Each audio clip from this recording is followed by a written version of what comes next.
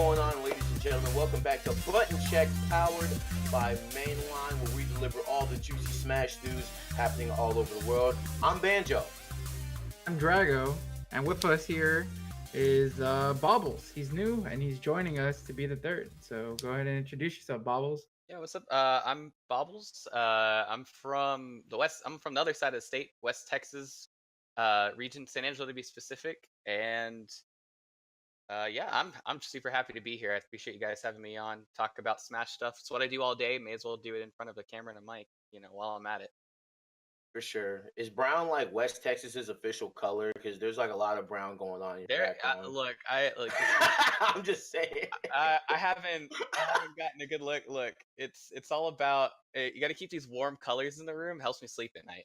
Word. And with All Might protecting you, like right above your pillow. Oh yeah, right it, I kiss him good night every Bro, night. I wish I had an All Might poster. I wish that would be so bad. The Some place where I wish that I was at, though, for sure, especially in March, is Smash Summit. So Smash Summit, the invites went out. You had your Zero, your MK Leos, of course, and your Nairos. But on the other half of that is real interesting because it's Armada, Leffen, and M2K. I feel like that those three literally got invited just because it's the Summit House. Mm-hmm. Not trying to dry hate or nothing, but that's just me. I feel like you can get more interesting personalities, especially with the remaining invites. So that's how I feel about it. Like, who do y'all think should be there? I personally don't think Nairo, Armada, and Armada, Leffen, and M2K should be there, bro. But I know why. I think the list is great. I mean, you got to look at it from the Summit's perspective. These are like the three biggest names in Smash right now. Armada is still big, even though he retired from Melee. Like, he's doing a bunch of Ultimate content, and he's Armada. Leffen is the same way, and MTK is the same way. Zero is booming. MK Leo is MK Leo. He's not necessarily a big content creator, but everyone knows who he is. He just won Smash Conference as well. And then Nairo is the Smashers of all time as well. So it makes sense from that perspective. And then it also makes sense competitively. Leffen's pretty good. MTK is pretty good, and Armada will probably be pretty solid. So then they're doing like the other 4 invites through Genesis, and we still don't know exactly how. But I'm hoping that however they pick those 4 wild cards, that Samsora's in it. That's all I want. Yeah, I definitely like. Obviously, from like a Smash Ultimate perspective, it doesn't make a whole lot of sense because it's like Leffen's entered. Leffen and Armada have been producing a lot of Ultimate content, but I think it's like Drago said, it was just a lot of like these guys are personalities in Smash. They're the most well known. These guys are going to be the ones that are going to help bring the viewership that, especially a summit like this where it's a brand new game and everything like that. It's not like the Melee Summit where there's been like 7 of them. They just want to bring in people that they know while also bring in viewers, and then leaving the 4 wild card slots open. I like it. It definitely gives it makes Genesis even more like watchable than it already was, because now on top of finishing at the top of the bracket in Genesis, there's like these 4 spots for this the summit out too. I really hope like Samsora, I would be totally down for. Tweak I think deserved a spot, Yeah, but I have no doubts that he's probably going to earn one as well. That dude's a monster. The other 2 slots, I don't know. I guess we'll have to wait and see what. I would throw Abadongo in there. Mm-hmm. I feel it like would be cool because everyone loves Abba, but results-wise, if I was gonna pick anyone from Japan, it'd definitely be Zachary. His Wolf is crazy. He shows me. I watch him. I'm like, how is he doing this with Wolf? Like, how is he consistently killing people with Wolf? It's crazy. I'm watching I'm watching him for that data, trying to polish up my Wolf too, and it's just like this dude, we're a month in the game, and this dude's got these sick confirms off these like tiny little hits. Like, yeah, I was gonna say like the frame window for that is like this big, so it's just like, I mean, overseas, I just feel like we always pale in comparison. Like when it comes to stuff overseas, it's just like they out here doing stuff like I've only seen Ice Climbers represented once here, like in tournament. I think it was Noto who was using Ice Climbers, and it's just like nobody uses Ridley. We saw Ridley overseas, like Vravis using Ridley, and to me, it feels like these overseas players using these characters that we've never seen, we ought to start to take notice because when they come over here, we're gonna get cooked.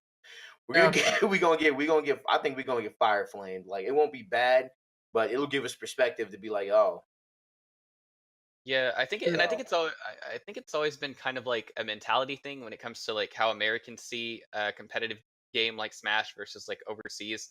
Like a lot of the overseas players, I feel like they're very dedicated to their characters. Like they're true loyalists. A good amount of them are.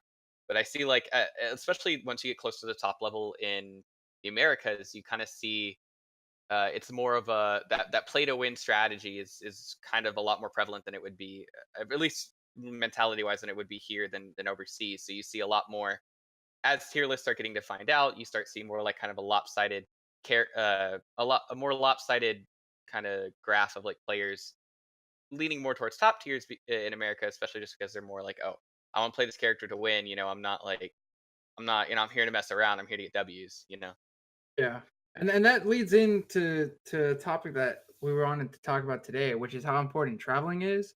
And a good way is how it affects the meta. Like, and leaving aside what it does for you as a player, because we can talk about that in a little bit. For the meta, it's super metas. In Smash 4, there was no relevant Wario unless your name was Gluttony. Pronounce it. Because he pronounces it weird. So he was like the only relevant Wario. So basically, the Wario meta was super undeveloped. No one knew what to do. And then Gluttony comes and he beats Dark Shad. He beats other people. He's top 8ing at like glitches and stuff. Why was like Wario considered low tier? And the same thing happened with the Japanese Greninjas. They come over here and they dominate us, or Duck Hunt. And that's the cool thing about different metas. You'll see the EU tier list. They'll have Ness really high. They have Inkling really high. They have Paulo really high. And then you go to Japan and they have Wolf, Zero Suit, like Olimar really high and Duck Hunt really high. But they'll have characters that we consider in the US like bad to be high because Zero Suit, most people don't think Zero Suit's strong. Japan thinks Zero Suit is really strong and stuff like that. So meta wise, it's really important too. What if Reyes never comes to the US and Trella drops Ridley? And then he just dies. So that's why traveling is so important to the meta as well. yeah. As a player, I feel like this year you should plan to go to at least two major Smash events, at least two, because you're gonna go out of state no matter where you are. If you're in Texas, if you're in California, if you're in North Dakota, if you're in Istanbul, like if you leave your area to go play Smash somewhere else, and you don't play with the people that you came with, right? Very important. Then you're gonna see some stuff that you just probably haven't seen before, which is important to your growth as a player. You know what I'm saying? Like when I'm going to Frostbite in February, and I'm very excited because I know like intrinsically I'm gonna do better. I went to CEO last year and I played Street Fighter there and Taunt Button was there. I mean, not Taunt Button, but El Chocolate was there, and Mojo was there. And I play Armika, and they played. They're two of the best Armikas in the country, and they showed me some things I'd never seen before, stuff that I wouldn't see in my own region or Oh, my yeah. own city.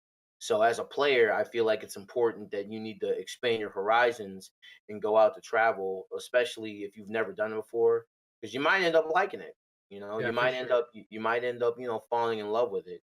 And tickets are cheap; they're not too expensive if you have a plan to go out of state. I think the worst thing that a player can do if they're trying to play this game competitively, it's just refine themselves to only one area.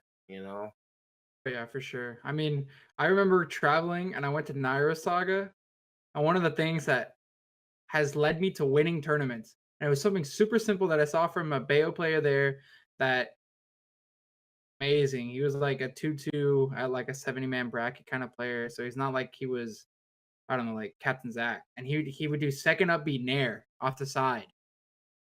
They died 60. It was way better than up air because it wasn't like it was as more true a lot of the times.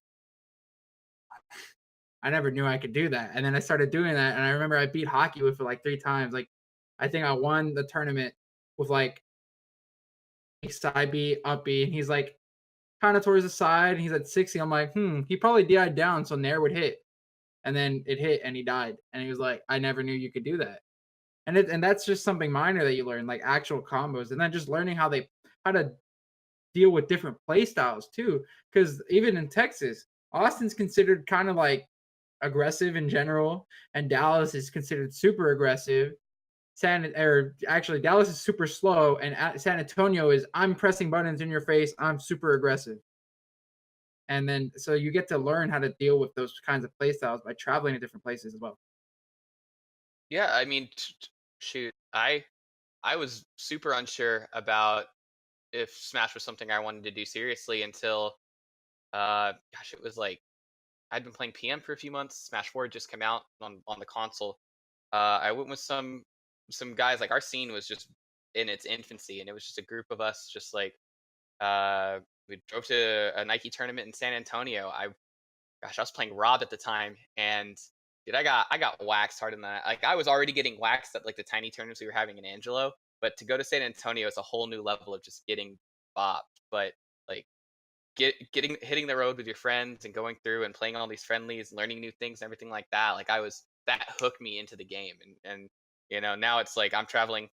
We're traveling all around the state almost every weekend doing this. I'm planning to hit a few majors in the summer. Like it's amazing not only what traveling can do for your growth as a player, but also just for like your enjoyment of the game, because the game can only be so much fun when you're playing the same 5, 10, 20 people every week or 3 times a week, depending on how big your city is and all the weeklies you've got. But big trips like that, or even shoot weekend trips to like San Antonio or Austin or Houston or something like that, can just you learn so much from those little trips, and make such a big difference compared to just kind of staying at home and trying to rank up your GSP or something like that.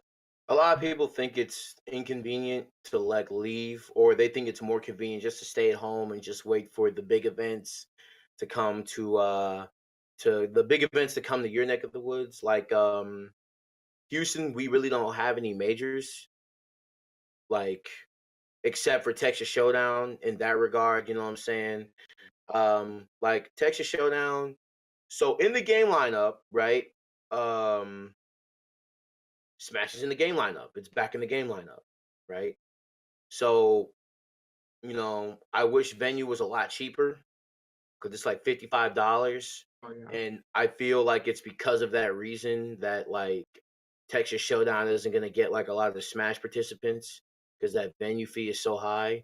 And really historically, Texas Showdown is an FGC event.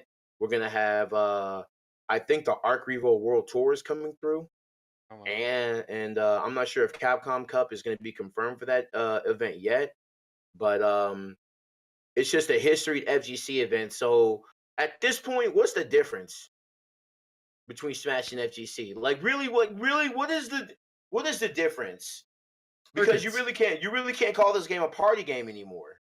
Yeah, it's not. And it's evolved, and you could tell with the direction that Ultimate took, and a lot of aspects. And I think the biggest difference, aside from obviously them like in different games, because they are technically, and I think that's one thing that Smash is missing, but it's also really hard to put together because it's not going to be a Nintendo circuit, or at least more than likely not going to be a Nintendo official circuit. It's going to be something like a 2GG doing it, so they had to talk to other TOs, and it gets messy. But when it's like the Capcom Cup, it's Capcom, the people that made the game, going to these events and being like, "Hey, we're helping you with like prize support, and it's going to count towards our tour." And it's easy, it's simple, well, relatively simple because it's the developer itself, so it's like super super official, and they're the ones picking it out. And when we've tried it in the Smash 4, it's kind of hard because you have to talk to so many different TOs and then try to implement these plans, like how Aftershock did it or how the 2GG circuit tried to do it, and then it ended up collapsing completely. So it's hard to do it without Nintendo directly doing it. But I think that's the biggest thing. And it's not necessarily like we need a circuit. It'd be nice. It'd be cool. Smash has prospered without it, and it can continue to prosper without it. But I think that's the biggest difference because the weeklies, Smash is bigger. Like FGC weeklies basically don't exist. I mean, well, they exist, Nah, But they even when exist. Street Fighter 5 was big, like NLBC was only getting 30 max, and now Smash Ultimate is getting 100 every week in like cities. So the local scene is kind of different. Don't have big tournaments as often. It's normally once a month at best. At least if you're following the Capcom Pro Tour, like for premier events or something like that. Right. Yeah, I really do It's not think. every month. Yeah, I really do think like that. That's that Nintendo back support is really like the last thing Smash needs to kind of get over the wall of like just a party game. Because until the developers of the game come out and say, hey, this isn't just a party game. We're just kind of looking at the opinions of those who play Smash Brothers and consider it a fighting game, and those who don't play Smash Brothers and play play their Street Fighters or their Guilty Gears or whatever, and they see it as a party game. I I like to say I'm optimistic about it. They Nintendo's kind of backed like Splatoon tournaments and things like that. So I think like a Nintendo sponsored like circuit or event isn't entirely out of the question. Like they did the Invitational, which was huge. It was something they probably never do with the Smash 4, much less any of their other Smash games. So I I get it sucks because like it's not really something that I think is needed for Smash to be considered like part of the FGC. Realistically, you could consider it kind of its own thing, and it's okay to be its own thing if that's what everybody wants it to be. You know, but ultimately, I do think that is one of the things that's kind of holding it back, I guess, for lack of a better term. Looking at that Texas Showdown tournament, I was just thinking in my head, like, you could really crack 300 people to come to this tournament really easily if you take that venue fee down to $20. Hmm. Yeah, If you and take that's that, the if you thing take about that venue Texas down to Showdown. about $20 to $30, then you not only have a venue that could that won't cap. You have a venue that won't cap at like 300. You can invite as many people as you want in there, but like you have to make it a main stage game. You have to make it a main stage game, and if you don't put a cap on it, it's just like then this could be a thing. Because I think as many people should be trying to ride the Smash 5 train as possible. I think as many people needs to hop on this as possible. So the FGC side, I'm really interested to see how many entrants Frosty Faustings gets for Smash Ultimate because they're hosting it, and Final Round is going to be hosting it. So it's just like I'm very interested to see how many entrants can you get at an FGC event with Smash Brothers. Hmm. Yeah. I mean, excluding Evo, it's shown that not that many, which is surprising because a lot of Smashers like traditional FGC. Even if they don't play it, they definitely watch it. So it's surprising to me that events like a combo breaker haven't been more successful Smash wise. But I think that will change in Ultimate. But I think for Texas specifically, Texas Showdown is in a weird place because it's not going to fly in any top players. I don't think it has a pop bonus. It is a main stage game. They said it's having I think it's 512 cap, and it's going to be in the top 8s on Sunday or whatever, and that's great. It's unless there's a pop bonus, people from out of state are going to come because it's not known as a Smash event, Hmm. and then Smash event and no out of states coming. And the last years, no one really went unless you were Houston because it was so expensive. It's not going to feel like the big Texas regional. It's because most Texas regionals are now $20 venue at best, or at worst, I should say. So everyone's like, "Oh, it's cheap," and then Texas Showdown comes along and it's 55, and it doesn't feel like a major because players there from this or from the world or whatever. So then it's just Texas, and it's like we would just pay $55 when most of our regionals are one day. I pay $10 or $20, and then I'm done that day. It's Yeah. not 2 days or 3 days or 55. But the thing is, if it was like Genesis just in Houston, people would go because Genesis costs like 85. But it's more Genesis is like, oh, this is my Smash event. This is a Smash major. Everyone's coming, regardless if there's a pop bonus or not. For Texas Showdown, it doesn't have that luxury. And I think if the FGC wants to maybe get that feeling, I don't think pop bonus is necessarily the way to go. I think it's events. Texas Showdown, not necessarily like an ARFI, which is just trying to be a monthly. But for like Texas Showdown, it's a once a year event. I think it's very good for them if they want Smash to succeed. Bring out a Zero, an MK Leo, because then other people from out of state will come because they're like, oh, well, if I win this, Pyro and MK Leo, and I'll keep going and I'll do really well. And I get a lot of clout for winning or doing well. And I think that's one thing that the FGC events lack. Because normally what I see, it's don't rarely see, and then it's someone like Shoyo James showing up and just cleaning the tournament. Or it's someone like Fatality showing up because it was an anime con in Georgia, so obviously a bunch of events, but no one was going because it's not well advertised. And say Fatality just cleans it up and stuff like that.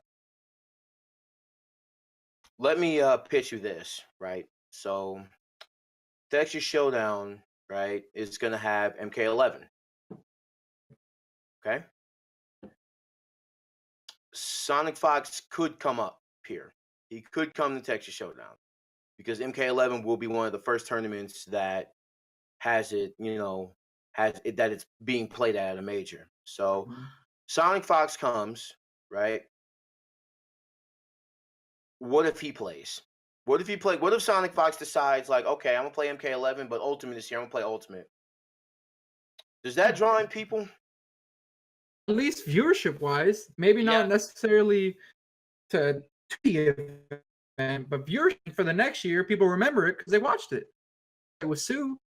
The year after Sue got whatever he did, everyone just showed up and they're like, whoa, like Frostbite, this event's crazy. So then the next Frostbite was massive. It like almost tripled in size. Yeah, So- I think something like if Sonic Fox entered Ultimate, that would definitely help a lot in their regard. But I think what really would put it over the top is if Sonic Fox is like, okay, I'm coming to Texas Showdown, and then somebody, a big hitter that's like an established Ultimate main player comes in, is like, even somebody like Samsora, who's like, hey, I'm gonna be at Texas Showdown too, and then it's like, oh man, we could see Samsora and Sonic Fox fight. Like this is Sonic Fox's like first big test if he wants to be as good as Ultimate and good in Ultimate as he says he's going to be. Okay. Well, that's just something like, interesting. I guess like still throughout all these years, like throughout of the same video games that we play, like everybody thought that, oh my goodness, like Dragon Ball is gonna bridge the gap between, Smash Brothers and FGC players, which it kind of did. Leffen played for a little while. He was actually one of the top players in that game. We say everybody thought that like that this game was gonna bridge the gap between FGC players and Smash players, and it kind of has. We just haven't seen the full force yet, but it's only been 1 month, so you know what I'm saying, it's not that crucial right now. I was on Twitter and I saw Brian F. He was with UYU. He plays with Luigi and he zero to death somebody. I thought that was dope. Justin Okay. Long was out here making Smash content. You know what I'm saying? The Kill Sage and Sonic Fox were playing the game, so it's interesting to see like our two worlds collide. But I'm just more interested in to see like how we're all finally going to be on the same game, or Smash will actually hold that big of an interest in another realm of competitive gaming. You know what I'm saying? Yeah, I agree. It's like if we were like, we're not the first person shooters. Like Smash is like the Fortnite, and Rainbow Six is the Rainbow Six, and Counter Strike and Halo and Call of Duty. Like, but we're Fortnite, and we're not, everyone likes us, but we're just not, considered in the same realm. Yeah. That's a pretty good analogy. Yeah, it's like we're a little more cartoony than the rest. There's you don't play our game exactly the same way you do an FPS. There's a little, I guess, a little extra to it in terms of like what all you can play. But then you've got, like you said, there are people that are like CS:GO diehards and Rainbow Six diehards that are just like, yeah, Fortnite's cool, I guess, but it's not like a real FPS. It's not, Right. it's not, there's not enough tactical precision, or it's like it's a bunch, or no one flosses in my game. And it's like, No one has disco ball grenades and all this other stuff. You know what I'm saying? Speaking of crazy, so TGC Returns happened this weekend. Getting What into a wild tournament. these juicy results. I'm pretty sure everybody in your organization is on steroids, Bobbles. I want to see. I want their thumbs checked. I want their hands checked. I want to make sure that they're playing this game fair. Because Meme should have lost, but he There's didn't. so many times where he should have lost, but There's so many times where he shouldn't have lost, but he did not lose. And I want to know. I want to know what Flintstone vitamins y'all feeding him. Is it only Fred's? Some Barney's? Like I'm trying to find out. You gotta find that good ratio. Yeah, I think like we all knew going in like Meme is definitely like our strongest I think our strongest player out of our current CE roster. And to just see him I saw him on I commentated his set in winners where he lost to Denti, and I was like, oh, that was rough, but yeah, I was like, he could probably he can make it out, no worries. Maybe get like 13th or 17th or something like that, but man, he just hit like top 32 started, and he just hit the ball rolling, dude. Like the rest of us were all out at like 33rd or 49th or something like that. And maybe it just comes through and just puts us all in his back and just starts name after name after name, just starts taking people. It was insane. So for context, we're obviously talking about TGC Returns happening in Houston, Texas, at 300 entrants.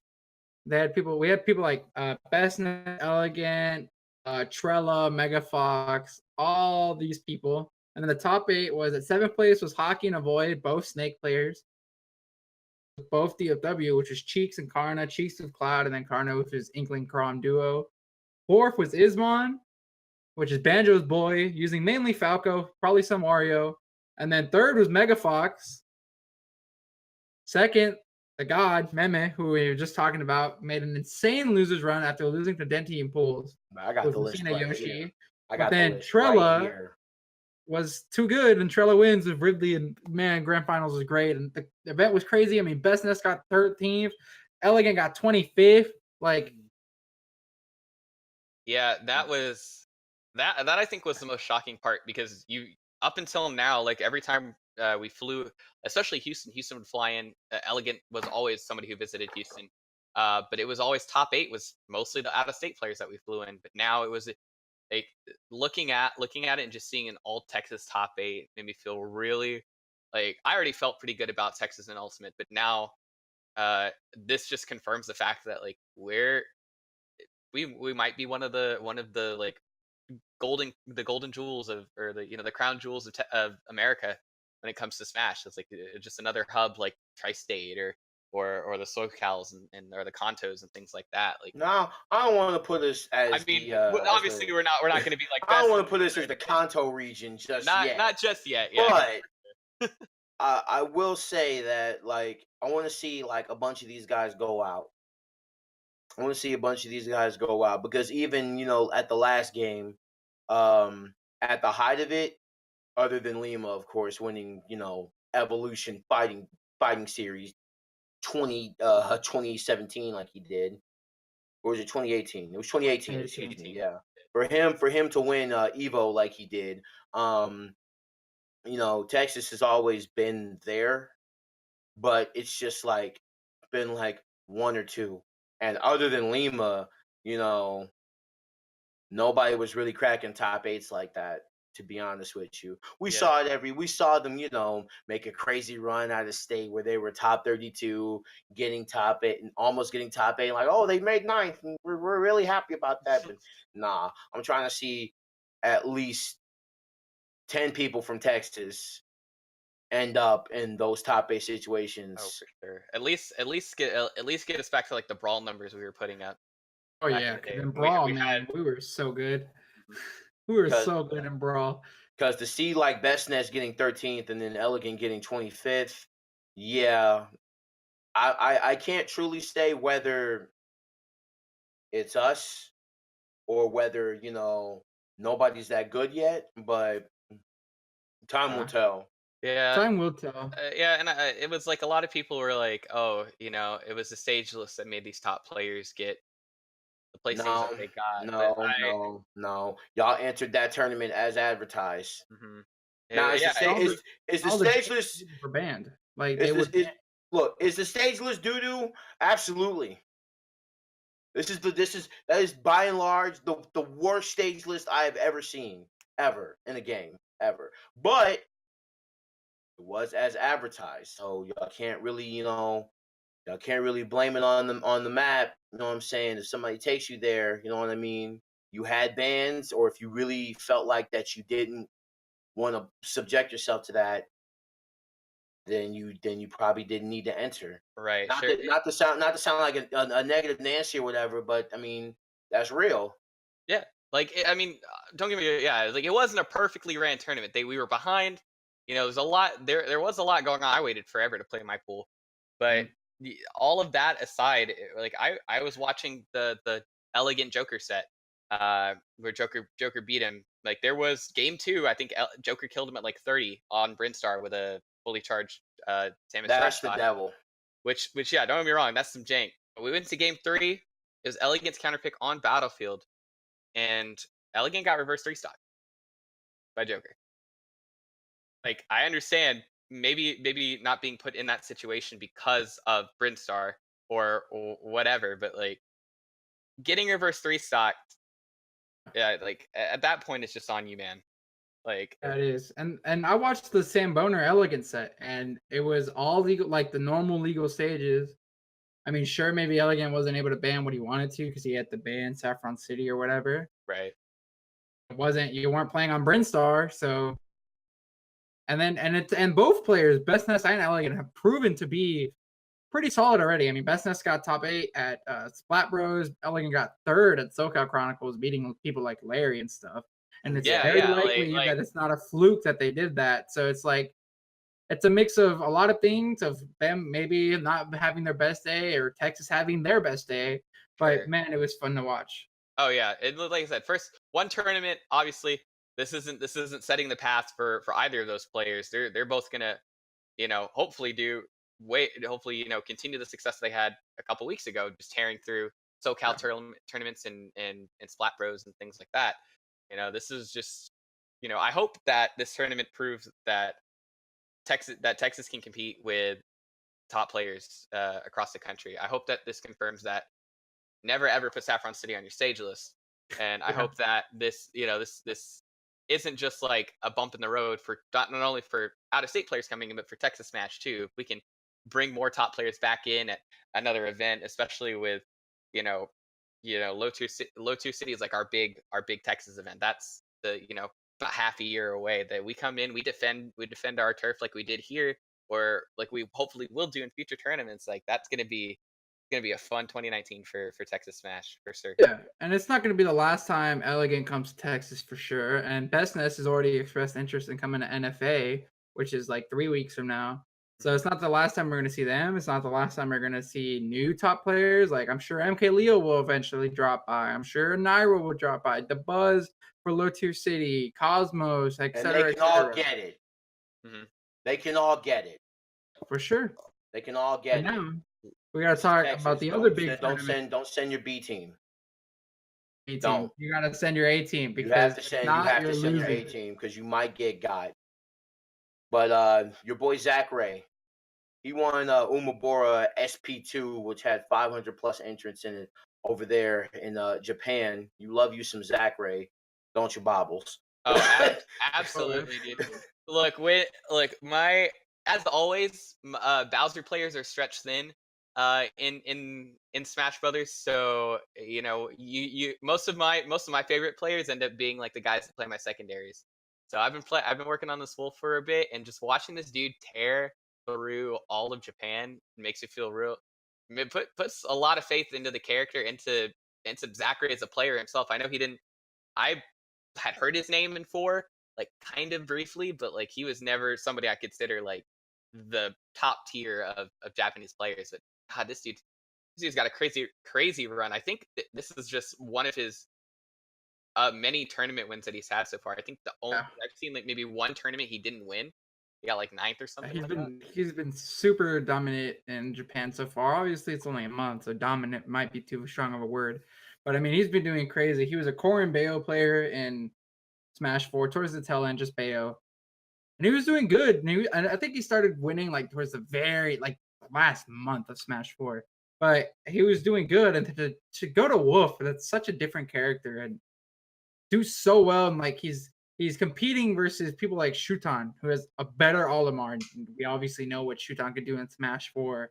And then Hikaru is still good. And then like Abadongo is getting like 17th, and Komarakiri is using the same character, but he's getting 9th. But Zachary is winning with Wolf. Like Zachary is so fun to watch, and the Japan tournaments are really fun to watch so far. Because like we have Yakara the Fox getting 4th. Like who is he? We haven't heard of him in Smash 4 for sure, unless it's a player that changes tag, because they do that pretty often.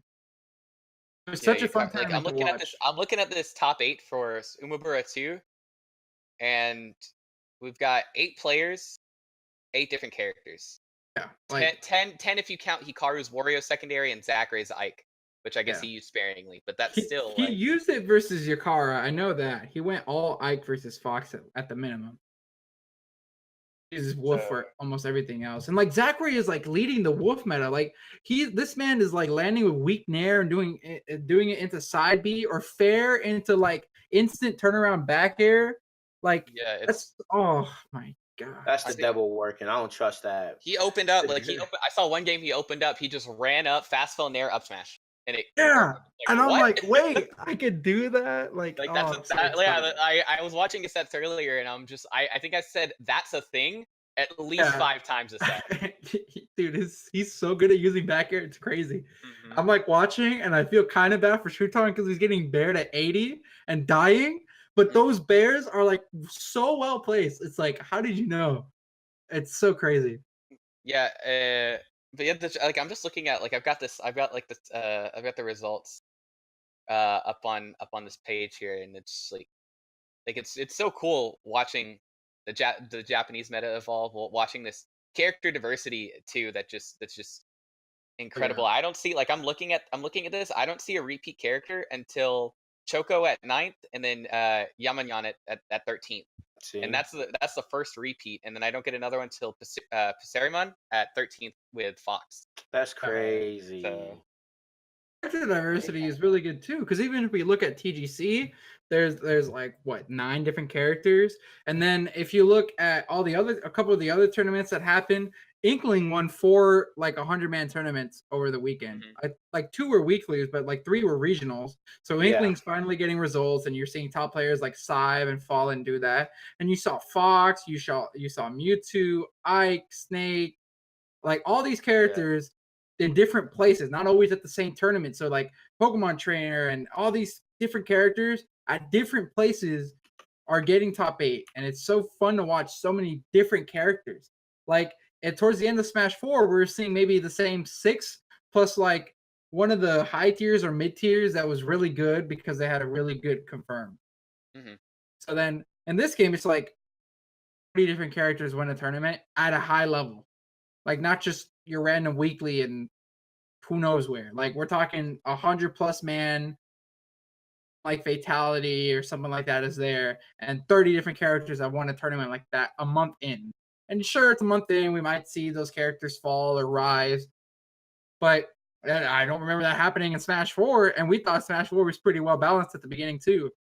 So it's a mix of the game feeling better, so people are more comfortable using whoever they want to use, and then probably the game being overall more balanced, and it's so fun to watch. I think that's like the big thing is like out of the box, it's an incredibly balanced game. Like with Smash 4, the first like the pre-patch, like the vanilla version of the game, that was a fun time to be a Smash Brothers player. Let me tell you that much. Sonic back throw, killing at 85, Sheik Trump. Greninja up smash. Yeah, Greninja up smash. Mega Man down smash doing 40. I was a Greninja main for 3DS days, just like because Shuriken. Just because Shuriken did Shuriken was the ultimate edge guarding tool. So that's the crazy part about that. And of course, down throw down B with Luigi. That was remember, good days. Oh yeah, bro. And I mean, in a sense, that move is back, but Luigi's grab kind of sucks. Everybody Yeah. thought it was. Everybody thinks Luigi's grab is good, but it's just Not. it's not. Not. It's super committal, and you have to make an informed decision and be like, okay, well, it's time to grab you now. And if you whiff, you die. Pass, pass. Where the grab got buffed and It's gonna be really interesting to see not only like we've seen all these different like players within the first few tournaments, but now we got Glitch 6, which is happening this weekend. Mhm. And we have Axe is gonna be there, so is Vinny and Salem and MBD. But the most interesting one to come out of this bunch is probably Captain Zach, who's gonna be there. Captain Zach, who I believe, because based off the stream that I watched when he was playing Zero, that man was using Bayonetta still. Hmm. I know he said from what I've seen, he's kind of rotating between Bayonetta and Peach right now. But he's definitely like out of all the players, all the top players going there, he's definitely the person I've got my eye the most on because like the one thing I did like about Captain Zach that I'm not taking anything away from the other top players of the game, but this man legitimately enjoys Bayonetta as a franchise, as a series, as a character, and like This man is like he's like with me with if Banjo Kazooie was in the game. yeah, Like it exactly. didn't matter. It didn't matter if that man was low tier or not. It didn't He's matter coming if through. Bayonetta's low tier, high tier, whatever. Captain Zach was gonna play Bayonetta. Oh, Didn't matter. absolutely. So it'll be interesting to see because like I think he'll be the forefront of the Bayonetta meta at least for probably the first 6 months to a year of the game until he can set a standard so the rest of the Bayos can kind of catch up. So Yeah. it'll be interesting to see is if Bayo really is like one of the I don't know just another one of the 50 characters that you can play in tournament in this game so far, or if he's going to be um, just a shell of the character that it was in Smash 4. Yeah, and I'm so excited for this tournament because a lot of the character specialists are coming out. Like Pink Fresh, he's been using Lucas. He's like, and if you remember Pink Fresh from the PM days, his Lucas was electric to watch, and he's like, Yeah. "Man, I'm loving Lucas, and I've seen him post some crazy stuff with Zaire, and I'm excited to see that. And then people like ZD, Waddy's first big tournament, like Yep. Tweak is going. You have people like Gen who got top 8 at like Let's Make Moves. This With Paula's been doing great. Palutena, yeah. Shoyo James, like so many people are going. It's going to be such a fun tournament to watch, such an important tournament because it's what 2 weeks before Genesis. Yeah, Yeah. this is the last It'll stop. be this is the biggest tournament before Genesis. I'm pretty sure. Yeah. Yep. So this is going to be a very big precedent to set before Genesis, and man, it's going to be so fun to watch. They're Yeah, going to be I'm in a big taking a field. look at this. I'm taking a look at this entry list right now, and you've got uh, like Axe, MK Leo, Tweak, Nairo, Salem, uh, Mistake, who's now going, I think, by his first name now Oh, to Mim, no, Mm, Talim. to Mim. I Yeah, mean, Cosmos, Zach, Esam. I'm actually gonna check for. I think Chillin is Chillin entering. Chilling, probably. dude. Is Chillin entering Ultimate? Yeah, I wouldn't be Oh, surprised if absolutely. Tuna Let's go goes. chillin. All right. I'm looking for one boy though. Is he there? He is. Okay. So my other player that I'm gonna keep a good eye out on is Static, the Bowser player. Definitely the Same. obviously as a Bowser main, like I gotta root for the boy. He was kind of the guy that was like y'all thought Bowser was gonna be bad. Like he came out like week 1, got that top 8 at launch. So I hope he can continue his success and kind of keep Yeah. the Bowser train going And I'm along. sure Parappa's gonna be there, and he's been playing Ryu, and he's been making people look at Ryu and be like, "Wait, we thought this character wasn't that good." And I was watching, I'm like, "Wait, talking Hmm. about this character's still mad good." And there's so many players that I'm just so excited to see. I hope Van the Ganon is going from there because he was so good in Smash 4. I remember we did a crew battle versus his crew at SmashCon, and I had to play him, and I got rocked. I was like, man, why did I just get bodied by a Ganon? And now Ganon is a lot better. He can be more aggressive, which plays to Van's playstyle. And I'm just so excited for this tournament. It's gonna be so fun to watch. And for it to be the prelude to Genesis is just perfect timing. I agree because like it's like it's kind of been like a perfect storm for storylines in Smash right now to where everything can just collide, and I think Genesis 6 is going to be just one of that's going to start the year off right when it comes to Smash. We thought all of these events were going to be the ones that we like, oh my goodness, this is advancing the meta. Oh, these players are good, but nah, some people they're really going to find out about themselves when this tournament happens. Absolutely. This is like the first kind of big kind of put up or shut up tournament for Ultimate. This is the first that has everyone there. Like, Yeah, there's this Tweak is is there. stacked. Like Smash Conference and SoCal Chronicles, they kind of separated, but Glitch still has some of the SoCal players going, and then Tweak will be there as well. Like Tweak and Nairo were missing from both SoCal Chronicles and Smash Conference, and now they're both going to be at Glitch with the SoCal Chronicles people, with the Smash Conference people, with a couple extra. Like, this is the first like true major, and man, we're sitting at it's so close. Yeah, my man Bobbles was looking at that numbers just like I was. 605 entrants in this tournament. Dang, 605. That's so. Ultimate's so cool. Ultimate is so cool. 605 entrants, dog. 605 entrants. I'm looking at I'm excited to watch Squad Strike too. Who has the deeper pockets? I think it's Tweak. I hope they stream some Squad Strike. I think doubles is still kind of up in the air for a lot of people as a format in Smash and Ultimate, just because of just the way the game looks. Like, its aesthetics, it can make doubles a little difficult to play.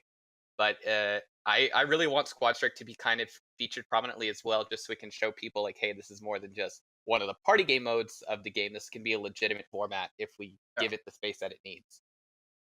Agreed. For sure. I agree. Agreed. I got 1,000 people. 1,000 people in Melee singles.